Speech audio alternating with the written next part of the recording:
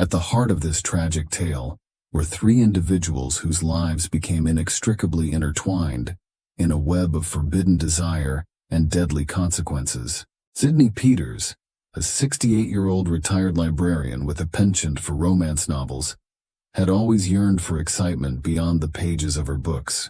Her husband, Reginald Peters, a 70-year-old former high school principal, was a pillar of the community, known for his strict moral code and unwavering principles.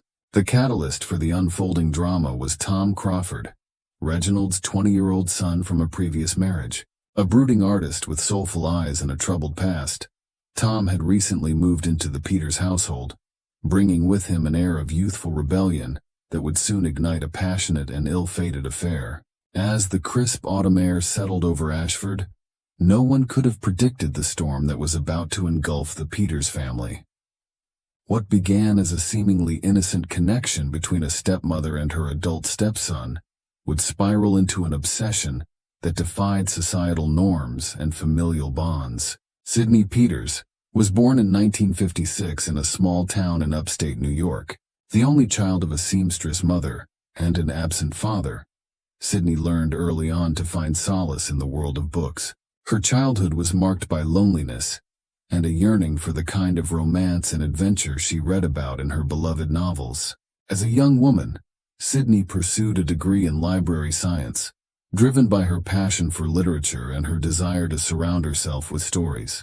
It was during her college years that she first married, a whirlwind romance with a charismatic philosophy student named Xavier. The marriage was short-lived, ending after just 2 years when Xavier's wanderlust led him to abandon Sydney for a spiritual journey in India. Heartbroken but resilient, Sydney threw herself into her career, eventually becoming the head librarian in her hometown. Her second marriage, to a local accountant named Gerald, lasted longer but was marked by a growing sense of dissatisfaction. Gerald was kind but unimaginative, and Sydney found herself increasingly drawn to the passionate tales in her romance novels, longing for the kind of all-consuming love she had never experienced. It was in her late 50s, newly divorced and feeling that life had passed her by, that Sydney met Reginald Peters. He was everything her previous husbands were not: distinguished, intellectual, and financially secure. Reginald, a widower, seemed to offer Sydney the stability and respect she craved, and she was flattered by his attention. Their courtship was brief, but intense, and within 6 months Sydney found herself relocating to Ashford as Mrs. Peters. The move represented a fresh start, a chance to reinvent herself in a new community. Sydney threw herself into the role of the principal's wife, joining local book clubs and volunteering at community events. Yet, as the years passed, a familiar restlessness began to creep in. Reginald, for all his virtues, was set in his ways and showed little interest in the passion and spontaneity Sydney craved. She found herself spending more time alone in their house, retreating into her books and secret fantasies. It was into this simmering discontent that Tom arrived, bringing with him a youthful energy that stirred something long dormant in Sydney's heart.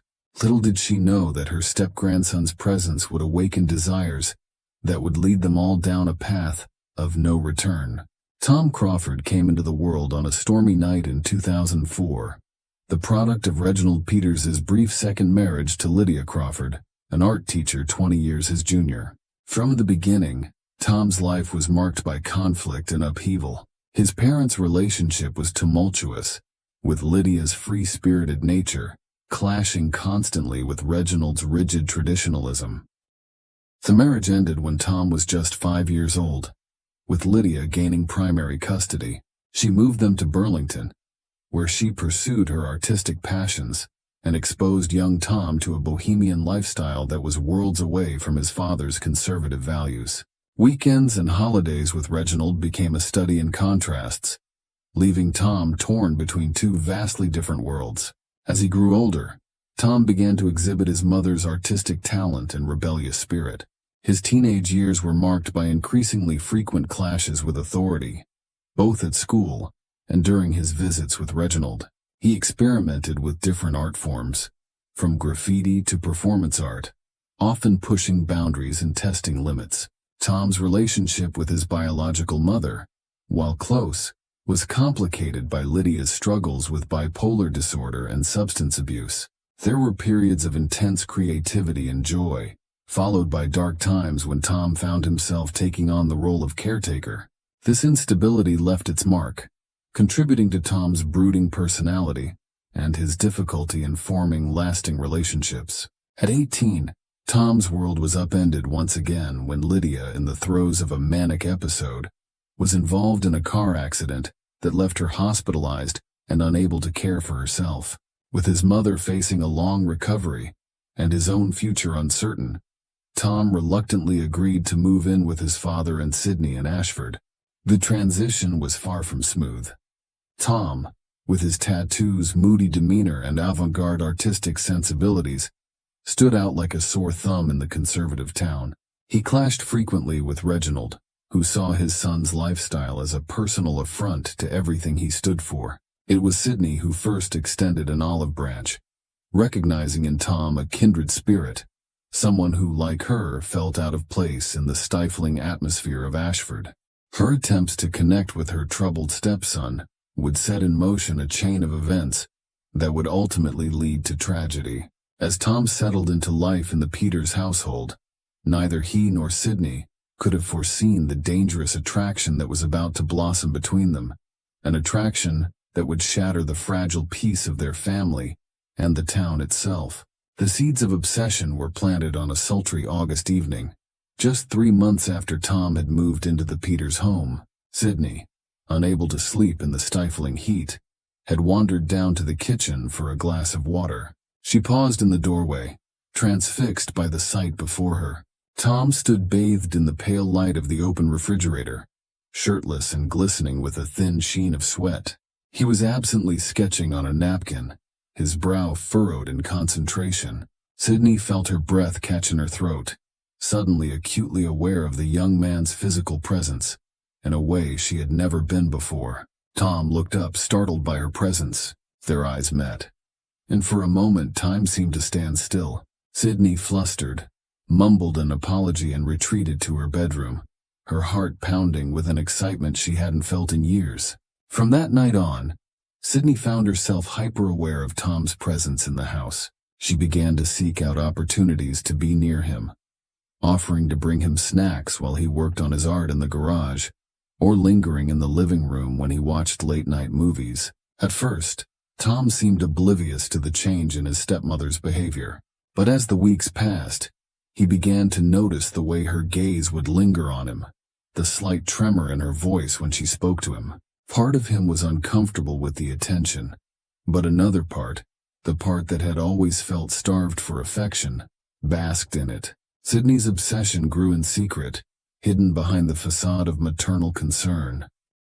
She began to imagine scenarios where she and Tom might be thrown together, engineering innocent encounters that allowed her to be close to him. She volunteered to do his laundry, savoring the scent of him on his clothes. She insisted on driving him to his art classes in town, treasuring the moments of closeness in the car. As autumn approached, Sydney found herself falling deeper into fantasy. She imagined Tom as the hero of her romance novels, seeing in him the passion and danger she had always craved. In her mind, their age difference and familial connection faded away, replaced by a narrative of star-crossed lovers defying societal norms. Reginald, absorbed in his work and community obligations, remained oblivious to the changing dynamics in his home. He saw Sydney's attentions to Tom as nothing more than a stepmother trying to bond with her new stepson, and he was pleased by what he perceived as a thawing in the frosty relationship between his wife and son. But beneath the surface, tension was building. Tom, conflicted by his growing awareness of Sydney's interest, began to withdraw. He spent more time locked away in the garage, working on increasingly dark and introspective pieces of art. Sydney, interpreting his withdrawal as a challenge, only intensified her efforts to connect with him. As the leaves began to turn and a chill crept into the air, the Peters household teetered on the edge of a precipice. Sydney's obsession, fed by years of unfulfilled desires and romantic fantasies, was about to spill over into reality, setting in motion a series of events that would end in tragedy. The line between fantasy and reality blurred on a rain-soaked evening in late September. Reginald was away at a conference, leaving Sydney and Tom alone in the house. The power had gone out, plunging the old Victorian into darkness. Sydney, armed with candles, made her way to the garage where Tom had been working on a new sculpture. She found him frustrated, unable to continue his work without proper lighting. In the flickering candlelight, Sydney saw an opportunity. She suggested they pass the time with a glass of wine, an offer Tom reluctantly accepted. As they sat in the dimly lit kitchen, the storm raging outside, Sydney began to open up about her past, her unfulfilled dreams, her loneliness. Tom, perhaps softened by the wine and the intimate atmosphere, found himself sharing his own insecurities and fears. He spoke of his troubled relationship with his mother, his feelings of inadequacy in his father's eyes, his struggle to find his place in the world. Sydney listened with rapt attention, her hand occasionally brushing against his in a gesture of comfort that sent electricity through them both. As the night wore on and the wine flowed freely, the conversation took a more personal turn. Sydney, emboldened by the alcohol and the charged atmosphere, confessed her attraction to Tom. She spoke of how he had awakened feelings in her that she thought were long dead, how she saw in him the passion and artistry she had always craved in a partner. Tom, conflicted and overwhelmed, tried to resist. He spoke of the inappropriateness of the situation, of his respect for his father, but Sydney persisted, moving closer, her voice dropping to a husky whisper as she detailed the fantasies she had been harboring. In the candlelight, with the storm howling outside, the boundaries between right and wrong began to blur. Their first kiss was tentative, almost chaste, but it quickly deepened, years of pent-up desire and loneliness pouring out in a flood of passion. Sydney's hands roamed over Tom's body, marveling at his youthful firmness, so different from Reginald's aging frame. Tom, despite his initial reservations, found himself responding to Sydney's experienced touch, her confidence igniting a fire within him. They made love on the kitchen floor, surrounded by guttering candles, the storm providing a soundtrack to their illicit passion. In the aftermath, as they lay tangled together on the cold tiles, reality began to seep back in. Tom, overcome with guilt and confusion, retreated to his room without a word. Sydney, flushed with triumph and lingering desire, began to plan how to ensure this was not a one-time occurrence. The next morning brought awkwardness and averted gazes. Tom tried to apologize, to suggest they forget what had happened, but Sydney was having none of it. She cornered him in the hallway, pressing her body against his as she whispered promises of discretion and future pleasures. Tom, still reeling from the events of the previous night, found himself agreeing to continue their affair, partly out of desire and partly out of fear of the consequences if he refused. And so began a dangerous dance of secrecy and passion, stolen moments in dark corners of the house, hurried encounters when Reginald was occupied with work or community events. Sydney blossomed under Tom's attention, feeling more alive than she had in years. She lavished gifts on him, expensive art supplies, designer clothes, justifying the expenses to Reginald as attempts to help Tom feel more at home. Tom, for his part, found himself torn between guilt and a growing emotional attachment to Sydney. She offered him the unconditional love and acceptance he had always craved, albeit in a form he had never expected. His art took on a new intensity, filled with themes of forbidden love and hidden desires. As autumn deepened into winter, their affair intensified, the risk of discovery adding a thrilling edge to their encounters. But beneath the passion, a current of unease was growing. Both Sydney and Tom knew that what they were doing could not last forever. That discovery would bring consequences neither of them was prepared to face. Yet, caught in the throes of their forbidden love, they continued on, heedless of the gathering storm. As the affair between Sydney and Tom intensified, so did the complexity of maintaining their double lives. Every day became a careful choreography of stolen glances, secret touches, and elaborate lies. The Peters house, once a symbol of respectability in Ashford, now harbored a scandal that would shock the community to its core if ever revealed. Sydney threw herself into her role as the perfect wife and stepmother, with renewed vigor. Perhaps compensating for her guilt, she hosted dinner parties for Reginald's colleagues, baked cookies for the church bake sale, and volunteered at the local library. To the outside world, she appeared more engaged and vibrant than ever, and many in the town remarked on her apparent renewed zest for life. Meanwhile, Tom adopted a surly, withdrawn persona in public, playing up the role of the troubled artist. This allowed him to spend long hours alone in the garage studio, without arousing suspicion. His art took on a feverish quality, filled with hidden symbols of his forbidden relationship, a recurring motif of an older woman's hands, landscapes that hinted at secret, shadowy places. Their encounters became increasingly daring. A quick tryst in the laundry room while Reginald watched football in the den. Passionate embraces in the garden shed, the scent of freshly cut grass mingling with their heated breaths. Once they even made love in Reginald's study, the thrill of possible discovery, adding a dangerous edge to their passion. But living a double life took its toll. Tom began to struggle with insomnia, spending long nights staring at the ceiling, torn between desire for Sydney and guilt over betraying his father. His artwork, while praised for its raw emotion, began to disturb those who viewed it, the underlying tension and conflict evident in every brushstroke. Sydney, for her part, became increasingly possessive and demanding. She would fly into quiet rages if Tom so much as spoke to a woman his own age.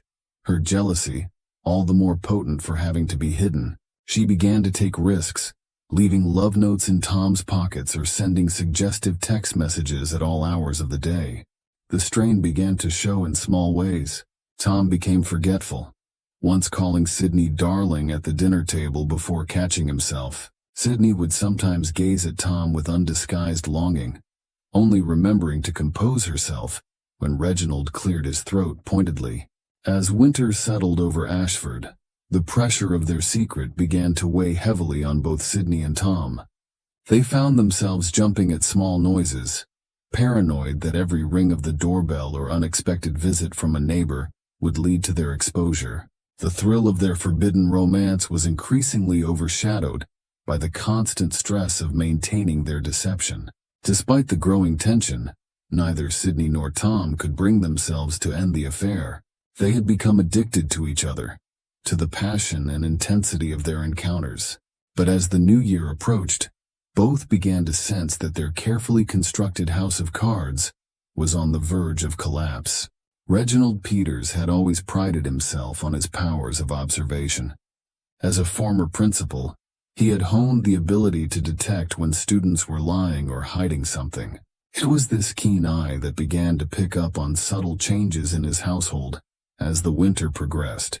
At first the signs were easy to dismiss. He noticed Sydney humming to herself more often, a spring in her step that he attributed to a new book club she had joined. He observed Tom spending more time at home, which he interpreted as a positive sign that his son was finally settling into life in Ashford. But as January gave way to February, more troubling patterns emerged. Reginald began to notice hushed conversations that would abruptly cease when he entered a room. He caught Sydney and Tom exchanging long glances across the dinner table, their eyes communicating something he couldn't decipher. One evening, Reginald came home early from a school board meeting to find the house eerily quiet. As he approached the garage, he heard muffled voices and what sounded like a stifled laugh. When he opened the door, he found Sydney and Tom standing unnaturally far apart, both looking flushed and disheveled. Sydney quickly explained that she had been helping Tom with his latest art project, but Reginald couldn't shake the feeling that something was amiss. Reginald began to pay closer attention to his wife's behavior. He noticed her taking more care with her appearance, wearing perfume even on days when she had no plans to leave the house. He found receipts for expensive lingerie hidden in her dresser drawer, items he had never seen her wear. Tom, too, began to act strangely around his father. The young man, who had always been moody but generally respectful, now seemed unable to meet Reginald's eyes. He became defensive when questioned about his daily activities, and Reginald once overheard him having a heated whispered argument with Sydney in the kitchen. As suspicion took root in Reginald's mind, he found himself lying awake at night, replaying conversations and interactions in his head. He began to question everything, from Sydney's sudden interest in Tom's art, to the way the two of them always seemed to end up alone together in the house. Despite his growing unease, Reginald hesitated to confront either his wife or his son directly. Part of him didn't want to believe what he was beginning to suspect, but as winter dragged on, the tension in the Peters household continued to build, pushing inexorably towards a breaking point. The day everything came to a head began like any other. Reginald left for work early, his mind preoccupied with the mounting evidence of something amiss in his home. Sydney and Tom, believing they had the house to themselves, let their guard down. They were in the midst of a passionate encounter in the master bedroom when they heard the front door open. Reginald, having forgotten some important papers, had returned unexpectedly. In their panic to separate and dress, Sydney and Tom failed to hear Reginald's footsteps on the stairs. The bedroom door swung open, and for a moment time seemed to stand still. Reginald stood frozen in the doorway, his face a mask of shock and disbelief. Sydney, her blouse half-buttoned, stood by the window while Tom scrambled to pull on his jeans. The silence was deafening, broken only by Sydney's sharp intake of breath. Then, as if a dam had burst, Reginald's rage exploded. His face contorted with fury. He launched into a tirade, his voice rising to a roar that echoed through the house. "How could you?" he demanded, his words directed at both his wife and son. Sydney, recovering from her initial shock, attempted to approach Reginald, her hands outstretched in a placating gesture. She began to speak, her words a jumbled mix of apologies and excuses. She talked about loneliness, about feeling abandoned and unloved. She tried to explain the connection she felt with Tom, how he understood her in a way Reginald never had. But her words only seemed to fuel Reginald's anger. He rounded on Tom, demanding to know how long this had been going on. Tom, pale and shaking, attempted to shoulder the blame. He spoke of manipulation, of confusion, of feeling trapped. But his words rang hollow, and Reginald could see the genuine emotion in his son's eyes when he looked at Sydney. As the confrontation escalated, the room seemed to shrink, the air thick with tension and unspoken accusations. Reginald's rage, initially explosive, had cooled into something harder, more dangerous. His voice, when he spoke again, was low and controlled, but trembling with suppressed emotion. He told Sydney that their marriage was over, that he wanted her out of the house immediately. To Tom, he said that he no longer had a son, that the young man before him was dead to him. Sydney, realizing the full impact of what was happening, became hysterical. She clutched at Reginald's arm, begging him to reconsider, to give her another chance. In her desperation, she said things she knew she could never take back, cruel words designed to hurt Reginald as deeply as he had been hurt. It was at that moment, as Sydney's accusations hung in the air, that something in Reginald snapped. With a roar of inarticulate rage, he lashed out, his hand connecting with Sydney's face with a sickening crack.